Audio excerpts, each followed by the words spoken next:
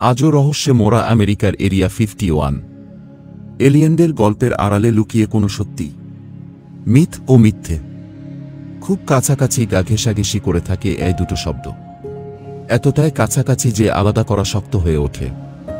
আমেরিকার এরিয়া 51 তেমনই এক নাম যাকে ঘিরে এই দুই শব্দের দাপাদাপি গত কয়েক দশক ধরে চলছে। কেউ বলেন এখানে ভিনগ্রহীদের এলিয়েনের আস্তানা, আবার কেউ বিশ্বাস করেন 1969 সালে আমেরিকার মিথ্যে চন্দ্রাভিযানের পুরোটাই শুট করা হয়েছিল এখানে। বলায় বাহুল্য সবটাই নাকি মিথ্যা।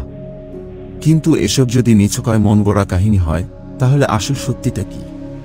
কেন বছরের পর বছর ধরে আশ্চর্য রহস্যে মোড়া পশ্চিম আমেরিকার নেভাদা মরুভূমির এ অঞ্চলটি?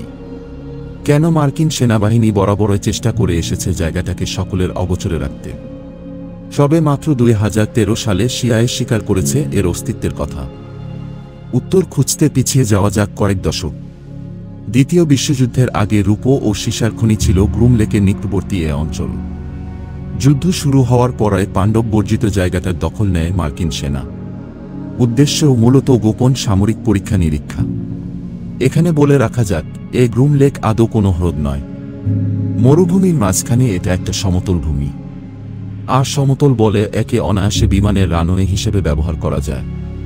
যাই হোক, জায়গাটি আরও গুরুত্বপূর্ণ হয়ে ওঠে রাশিয়ার সঙ্গে আমেরিকার কোল্ড ওয়ারের পরিস্থিতি চরমে উঠলে। 1955 সালে এর নাম দেওয়া হয় এরিয়া 51। এখানে তৈরি হয়েছিল EU-2 বিমান। দাবি ছিল সমুদ্রপৃষ্ঠ থেকে 70,000 ফুট উঁচুতে উঠতে পারা ওই বিমান ফাঁকি দেবে রাশিয়াকে। সোভিয়েত রাডার থেকে ক্ষেপণাস্ত্র সবাইকে ফাঁকি দিতে সক্ষম। যদিও সে ধারণাকে ভুল প্রমাণিত করে 1960 সালে একটি EU-2 বিমানকে গুলি করে নামায় সোভিয়েত। এরপর এখানে তৈরি হয় A-12 বিমান।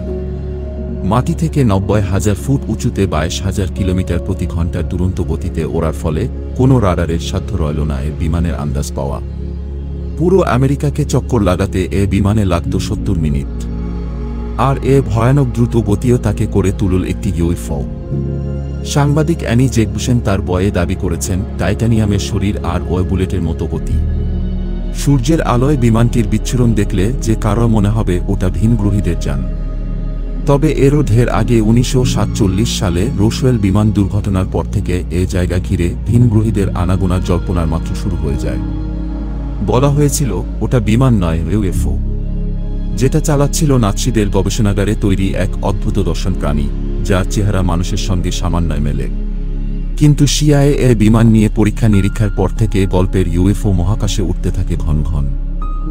রবার্ট লেজার 1989 সালে তিনি নিজেকে দাবি করেন এরিয়া 51 এর প্রাক্তন কর্মী হিসেবে। লাস ভেগাস নিউজ স্টেশনকে এক সাক্ষাৎকারে তিনি বলেন তিনি ওখানে ভিনগ্রহীদের মহাকাশযান দেখেছেন এবং সে যানের প্রযুক্তির নকল করে আমেরিকা অত্যাধুনিক বিমান বানানোর চেষ্টা করে এক গোপন ঘাঁটিতে। আরও কত কি! এতেও একেবারে আগুনে ঘি পড়ে যায়। এরিয়া 51 ঘিরে নতুন করে জল্পনার বান ডাকে। তারই আরেকটা অংশ হল চাঁদে নামা মিথ্যে গল্পের পটভূমি হিসেবে এ জায়গাকে বেছে নেওয়ার মিথ। রাশিয়াকে মাত দিতে নাকি মার্কিন বিজ্ঞানীরা ষড়যন্ত্র করেছিলেন। আদৌ চাঁদে যাননি নীল আর্মস্ট্রংরা। এরিয়া 51 এর জমিয়া হয়ে উঠেছিল নকল চাঁদের মাটি। যদিও UFOর মতো এ দাবিও নস্যাৎ করে দিয়েছে আমেরিকা। নাসা নানা যুক্তির সাহায্যে প্রমাণ করেছে চাঁদে সত্যি সত্যিও পা রেখেছিলেন মহাকাশচারীরা। কিন্তু তাহলে কি? কেন এমন করে রহস্যের চাদরে মোড়া এরিয়া 51? নিঃসন্দেহে এক গোপন মার্কিন ঘাঁটি এখনও পুরোমাত্রায় সক্রিয়। 1970 সালের পর থেকে আরও করা হয়েছে নিরাপত্তা, অথচ জায়গাটার সামনে গেলে সেভাবে কিছু বোঝার উপায় নেই। জালের বেড়া আর সাধারণ দরজা, এটুকু তো নিরাপত্তা। যদিও একটু খেয়াল করলে বোঝা যাবে তা নয়। চারপাশে ভর্তি ক্যামেরা, আর তারা নাগারে নজর রেখে চলেছে। স্থানীয়দের কথায় এখানে কোনো মরুকচ্ছপ কিংবা খরগোশ ঢুকে পড়লেও টের পেয়ে যায় মার্কিন সেনা। গুগল আর্থের সাহায্যে দেখা যায় এখানে নিত্য নতুন নির্মাণ গজিয়ে উঠছে।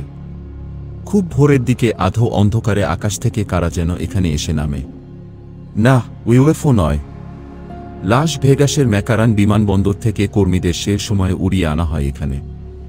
লেখক ও ঐতিহাসিক পিটার মার্লিনের ধারণা সম্ভবত অত্যাধুনিক অস্ত্রশস্ত্র সামরিক যানের পরীক্ষা নিরীক্ষা হয় এই গোপন ঘাঁটিতে। বিশেষ করে মনুষ্যবিহীন সেন্সর চালিত বিমানের কাজ হয় এখানে। একদিন হয়তো সিআইএ আবার মুখ খুলবে, জানাবে ৭-এর দশকের পর থেকে এখানে ঠিক কী ধরনের পরীক্ষা চলত। ততদিন ধরে পাক খেতে থাকুক কল্পনার মহাকাশযান। অবশ্য সে মিথকেও কমজোরি মনে করার উপায় নেই। না হলে কি আর সে রোমাঞ্চকে কার্যত মান্যতা দিয়ে ১৯৯৬ সালে এখানকার রাস্তার নাম রাখা হয় এক্সট্রাটেরেস্ট্রিয়াল হাইওয়ে, অর্থাৎ ভিনগ্রহীদের সড়ক। এরিয়া 51 নিয়ে জল্পনা ও কল্পনার শেষ নাই। আজকের ভিডিও কেমন লাগলো কমেন্ট করে জানাবেন।